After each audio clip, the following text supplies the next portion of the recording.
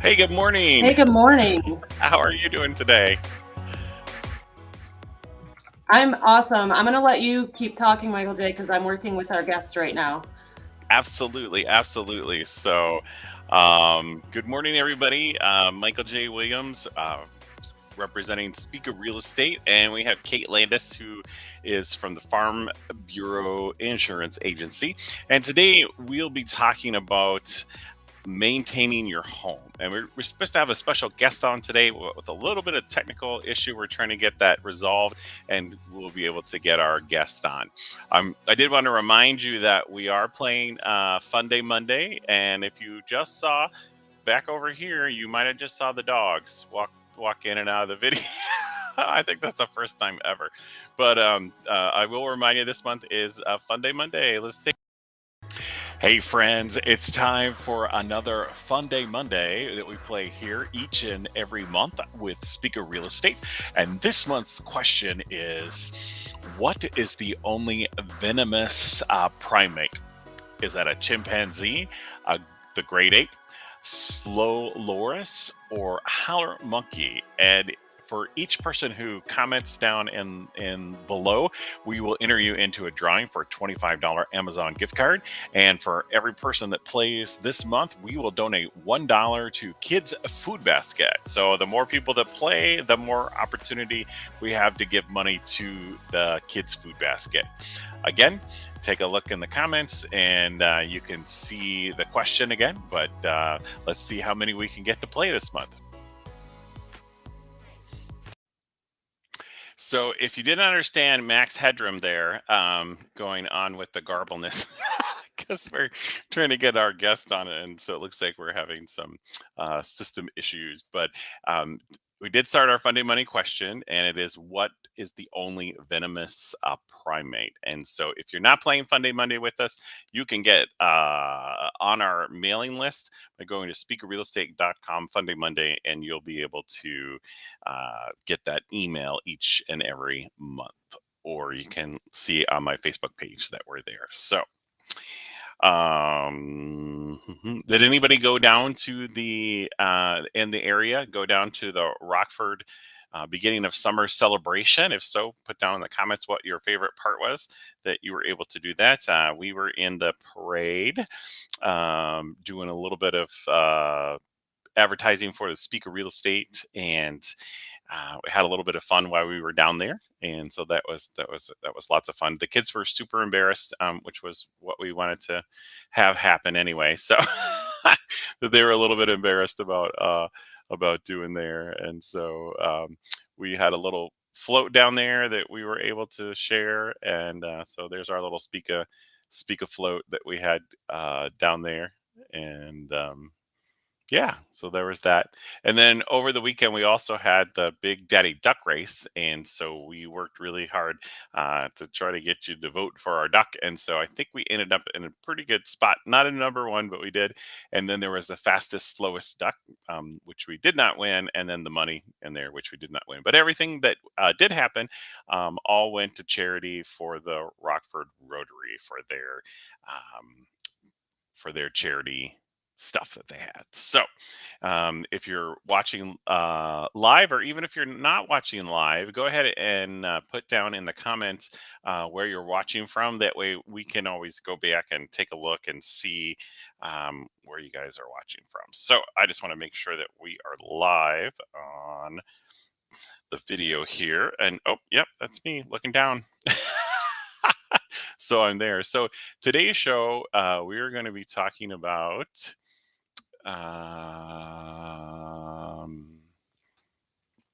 maintain your home. And so when I have new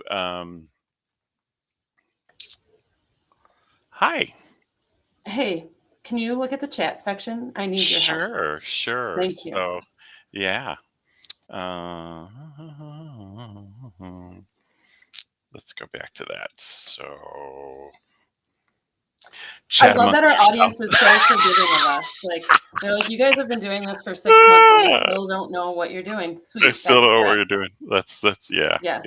So we try to do what we can. I guess it's been a hot minute since we had a guest on, right? It has, and I'm really excited because Mike Nitz is definitely the guy we need our listener to listen or hear from, because we had a big storm last night. And if you haven't done all the right things, you're calling him today in a panic, and you could have avoided it. Sometimes, not always. Yeah. Okay, Mike, I'm going to send you a text real quick.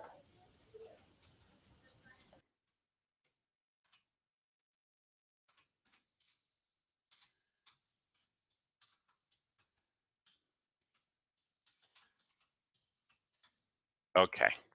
So we got that going on there. So when we talk about, what do we got going on here? So welcome from Twitch. Looks like we have a listener there on Twitch.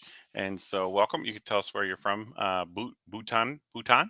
So we get quite a lot of people from different places that are on Twitch. So thanks for joining our show today. And let me go back here. So when we're talking about home maintenance, I love this particular book. You can get it on Amazon.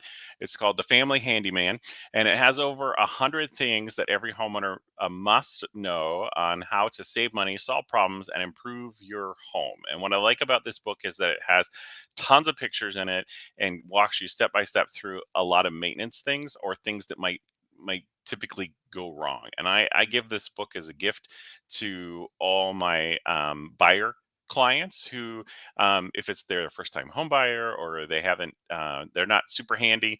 I love to give them this book so that they have it on hand should they have anything that goes on. But like I said, you can get it directly from Amazon. So our guest from Twitch is from the greatest nation in the world. All right, Bhutan. There you go.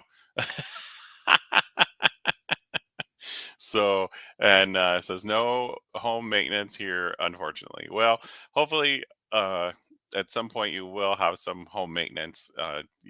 We had a big rainstorm coming through here last night, and as Kate alluded to, perhaps that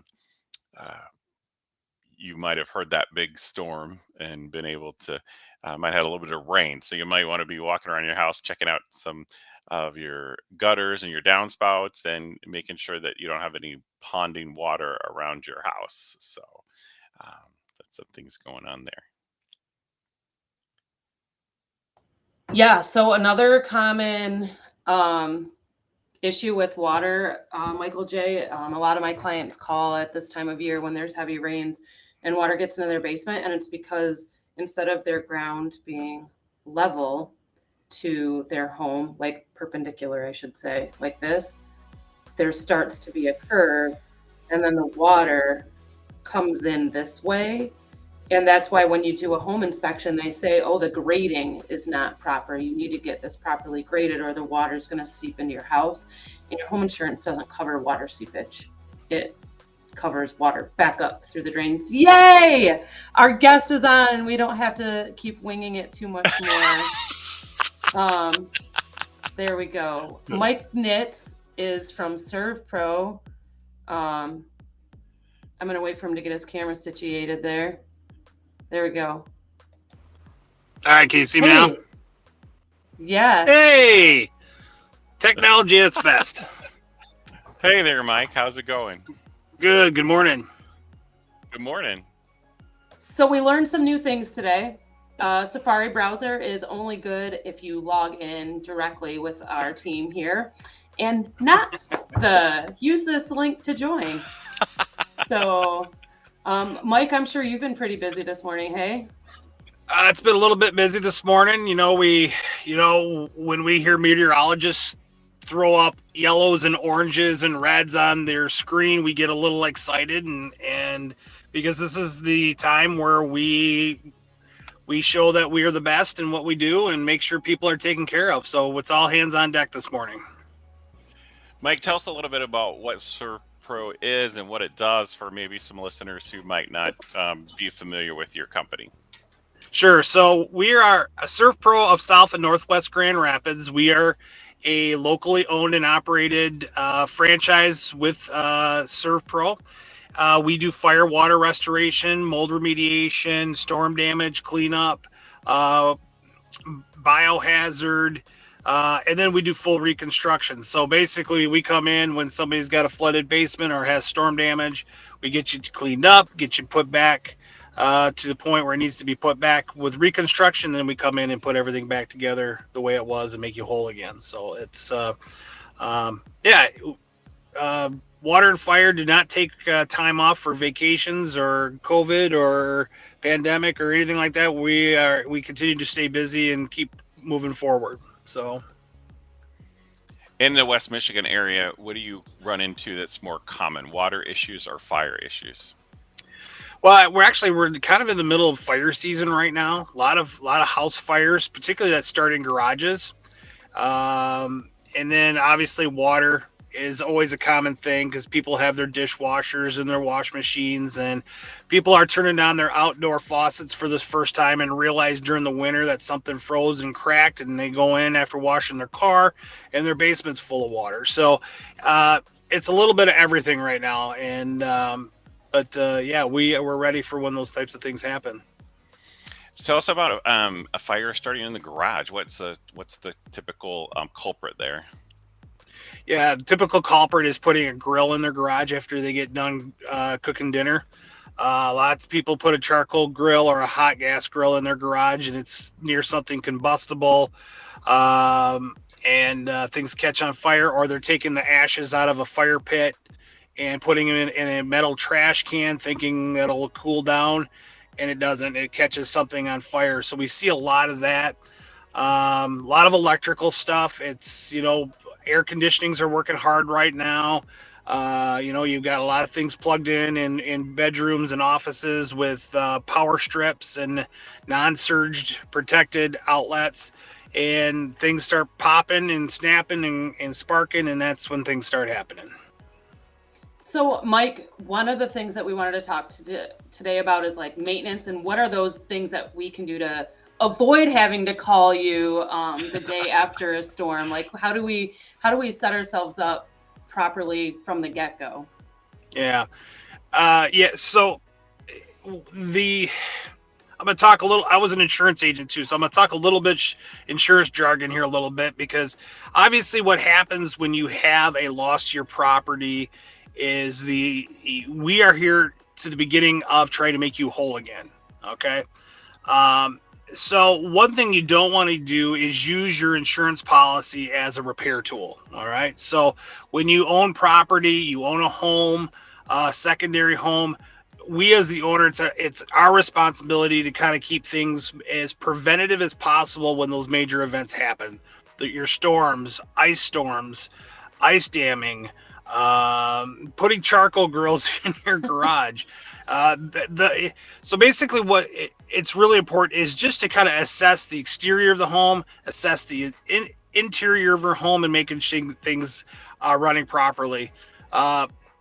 Starting with the inside of your home, making sure if you have a sump pump, there's a bobble that's on that sump pump, making sure that the poles that it's on doesn't have any corrosion on it, so the bulb doesn't get stuck when you have the water table rise in your basement. Making sure that any regress windows, they have the drains on there are clear of debris, so when the water fills up, they don't overflow. Making sure that things are off the ground. If you have a storage area, making sure things are off 2 to 3 inches off the ground. It's going to help you with your contents if you do have a water loss. Just assuring that anything that might be a problem, if you're seeing leaking in a bathroom, a shower, a toilet, get a plumber out there just to take a look at it. It's going to cost you about $120, $125 to find a plumber to just come out and do an assessment and making sure things are done right and whatnot. So, and then you have the outside of the home. Storm time, making sure the gutters are pushing water against away from the foundation, making sure they're attached properly. Your gutters are clean and free of debris, and just making sure that your grade of your home.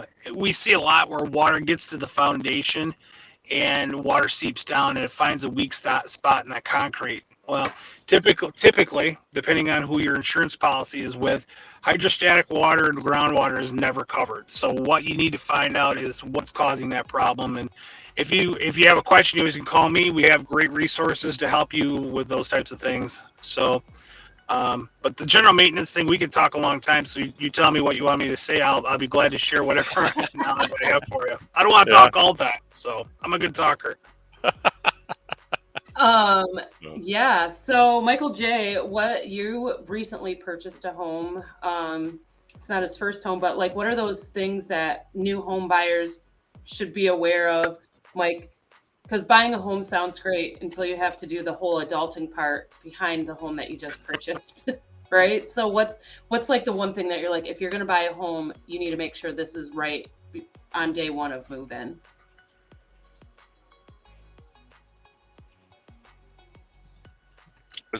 Who is that? Which Mike? Oh, right, because I'm talking to two people with the name Mike. This is my point. This is on the blooper reel for sure. Mike Nitz, ServePro. What is like the first thing a home buyer should look at when keep their home maintained properly? Yeah, the first thing is just to make sure the mechanicals are up to date. Electric is passing your inspections. Pay the money to get the inspections done. Find a reputable inspector. Work with your realtor to make sure that, I'm sure they have, most realtors have great connections, making sure that home inspections are done properly. First of all, mechanicals, make sure your electric is up to code. The plumbing looks, secure. There's no any real issues with that. HVAC, making sure that your furnace is maintained. Obviously, the biggest thing with furnaces is carbon monoxide. Invest in carbon monoxide detector, throughout the home. Put a couple of those things in the home just to take care of your family. But the biggest thing I would recommend is get up in the attic and take a look at the rafters.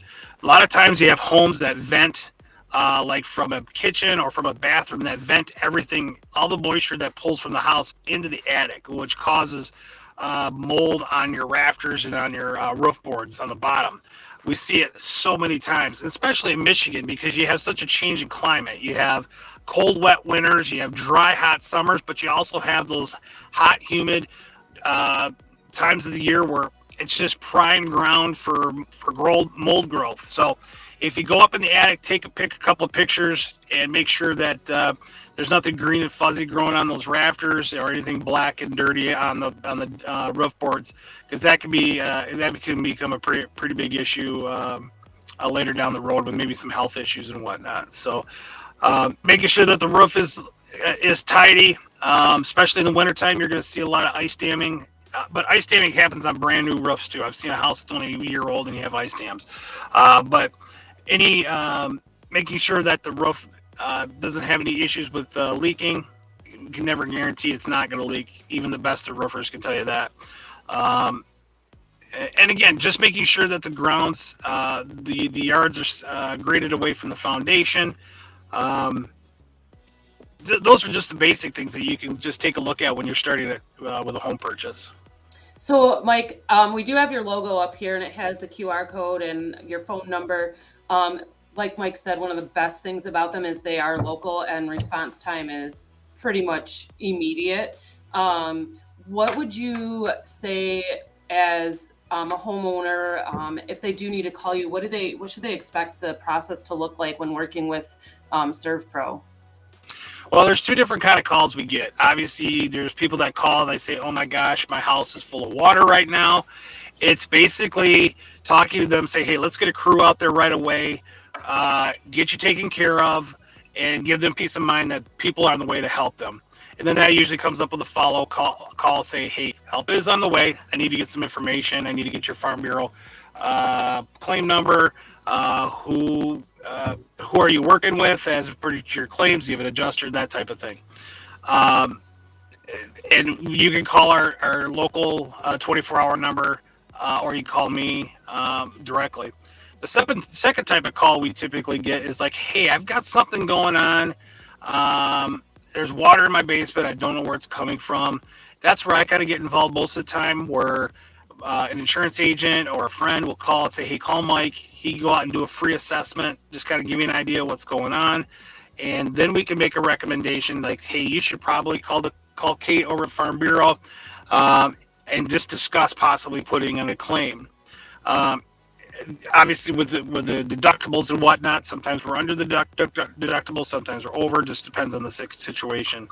But for me, what I like to do is just kind of be a resource for our property management, our insurance agents, or the folks that are responsible for a home. Just kind of be boots on the ground, the eyes and ears of what's going on, so I can communicate with the people that need to help their clients out. So, Mike, you mentioned the sump pump earlier, and you and I kind of talked about this. I had a client who had their sump pump fail, and one of the things that I like about ServePro is going to make sure that the cleanup process is done in the right order. Yes. And I was wondering if you could touch a little bit on what does that look like, just with the standing water and all of that? Yeah. So obviously, if it's a plumbing situation, we're not plumbers, but we have a bunch of plumbers that we refer out. So don't ever let not knowing a plumber be a reason why you wouldn't call ServePro. So what we typically do is say, if a plumber is coming in to fix it, we always want the plumber to get done what they need to get done first, because obviously a plumber is going to come in. They're either going to pull out, aug out a drain, which is going to make a whole lot more mess. They're going to fix a pipe. They're going to replace a toilet, hot water heater. It's going to give more water damage as the process goes. So we always come in on the backside of that, because what we don't want to do is clean up, have a plumber come back in, do the work, and then having us come back out and do it. It's just it's too expensive. We don't want to do that to you and charge you for 2 stops. So we typically will outline the process. Get a plumber in there. Okay, once the plumber's complete, give us a call back. We will send a crew out right away, and then we'll go ahead and get everything moving forward, get them taken care of. So it's the right thing to do. Anybody that goes in there before a plumber gets in there to repair it is just asking to charge you more money, and that's not the right way. Yeah, and unfortunately, I did have this happen to a client where they had the water remediation company come out. It was not ServePro, and they came, they sucked out all the water, and the sump pump still hadn't been fixed yet. And another storm happened, and all that water backed up again, and they had to have another call. And unfortunately, it was still due to the first initial loss. So the water remediation company charged them twice, but their insurance only paid once, because it was still a result from the initial cause. Right. And that's why working with ServePro up front really does matter. Don't delay it's a phone call, and they're going to make sure it's done right. And we typically sorry. We typically go ahead, Mike. I was going to say, since we're talking about sump pumps, and people might be curious, is my sump pump working? Is it not working? And the easiest way to test that is to get you a big bucket of water. And typically in your basement, there's going to be a faucet valve from, if you have irrigation. So it's easy to get the 5-gallon bucket and dump it in the sump pump. And if it clicks and the water goes out, then you know it's working. Right. Yeah, it's true. Have you done that, Michael J? I'm sorry? Have you done that before? Have you tested it? Oh, yes. Yeah. Now, in our old house, we had our sump pump would run for 3 days every time it rained. So it was doing its job. It was getting rid of water. But I was always curious, that something's bringing the water to the house. So it could have been anything. But at least it was getting discharged. And the one here stays dry most of the time. So... Mm-hmm. So different grading, I guess, different way that the house is set up, though. So, if you do have a finished basement and you have a sump pump, the insurance lady and me is going to tell you that you need to have at least $10,000 in sump and water backup coverage, because I have a client who their claim was just over $7,500, and that's before the flooring got replaced, the drywall got replaced, all of those things add up. And so the state minimum is only $2,000. So if you don't have that added coverage and you have a loss because of your sump pump failing, you're going to be out of pocket $15,000 at the end of the day. if you Yeah. refix your basement. Yeah, that's a good point, Kate. Especially with the cost of construction and the cost of time of material to do replacement. Really, what's good to have a conversation with your insurance agent. They do a replacement cost estimator on your home typically when they write you a homeowner's policy. So make sure that when you're talking with Kate and getting your homeowners quoted, that you tell them that, hey, I have a full finished basement, 3 bedrooms, a living room, and whatever, so they can account for that. Because when it comes to putting things back together, whether you have a water loss or a fire, anything like that, they know exactly what we're doing. Especially because the water backup is on an endorsement, and you need to select a coverage, especially for the water element. Make sure that you have the right amount. Don't shrug 10,000 off. I recommend going 15 because, especially with a full basement, you're going to be glad you had that if you have a water situation. Mm-hmm. So, Mike, what are some other things that we should do for maintenance? Like you had mentioned the electrical. What types of electrical things should homeowners be maintaining? Because that terrifies me when you say electricity. Yeah, I mean, electricity is sneaky. That's the one thing that probably intimidates me the most as a homeowner is electricity. I never do it myself. I make sure I have a licensed electrician to do everything, including switching out some outlets. Making sure you have the GFI outlets in your kitchen, anywhere that there's water exposure, because what will happen is if it does get wet there, it'll break right at the outlet. So making sure that's done correctly. Making sure, I mean, with technology today, I know I have a kid that has a power strip under his desk that's probably got 100 things plugged in that thing. making sure that you got the proper receptacle that's protecting from surges, it's not overloading the outlet, and making sure that those types of things are done correctly. But just take a look. If you have water that gets in the electrical box, make sure you get the proper people to come dry that out properly and have it inspected. If you're still doing with like knob and tube, which I don't see a lot anymore, but still we see some things in older homes that still have some old wiring. Well, if you ever do a remodel, that should be the first thing you do is make sure you upgrade to make sure everything's up to code. But that's not the fun stuff. No one wants to spend a boatload of money on electrical. They want new floors, Mike. This whole maintenance stuff is too much for me. Here's the thing. If you don't spend the money on it, they're going to be calling Kate and saying, hey, listen, I had a little sparky in my kitchen and now my kitchen's on fire. What do I do next? Spend the money to do it right. That's when you, and Mike, maybe you can tell me if I'm wrong at this, but when you upgrade your utilities, your electric, your plumbing, but if you're going to end up selling the home, I think you're going to get your return on your investment. Absolutely, because people are especially electrical. If it's not updated or they know they're going to have to put some money into electrical, they may just walk on to the next house. So, right. Yeah. Well, awesome. Thank you so much, Mike, for joining us this morning. I really appreciate it. And sorry about the technical difficulties I threw your way. Yeah, that's not a problem. I apologize. I'm doing it from my car. It's been one of those kinds of mornings. So yeah. Yeah, I'm sure we have some sort of claim code that I'm going to have to be using later when my clients start calling in for wind damage and things like that. So yeah. So. No, we appreciate the opportunity. It's connections like this locally with some of our business partners. Kate, you've been great with Farm Bureau, and Mike, getting to know you through our networking. It's just a great opportunity for us to get the word out about what we do, knowing that we are a local business right here in West Michigan, and our number one priority is making sure that we just take care of people when the unexpected happens. So, no, this is a great avenue to just get the word out. So, thank you both. Yeah, thank you. Yeah, absolutely. So because we didn't have our pre-show meeting, if you need to just hop off and get going on your day, that's great. Otherwise, we'll kick you into the green room and we can connect in just a few minutes. All right. Sounds good. Thanks, guys. Bye. So any parting shots before we leave, Kate? Oh my gosh, why is it so big? Like, seriously, that's a lot. No, I've, next week is going to be a great week. Oh, Isn't today National Selfie Day? Or is that Is next it? week? It could be next week. I think it's next week, Okay. actually. Okay, next week. Okay. And then we'll have to take a selfie before we go next week. Next week.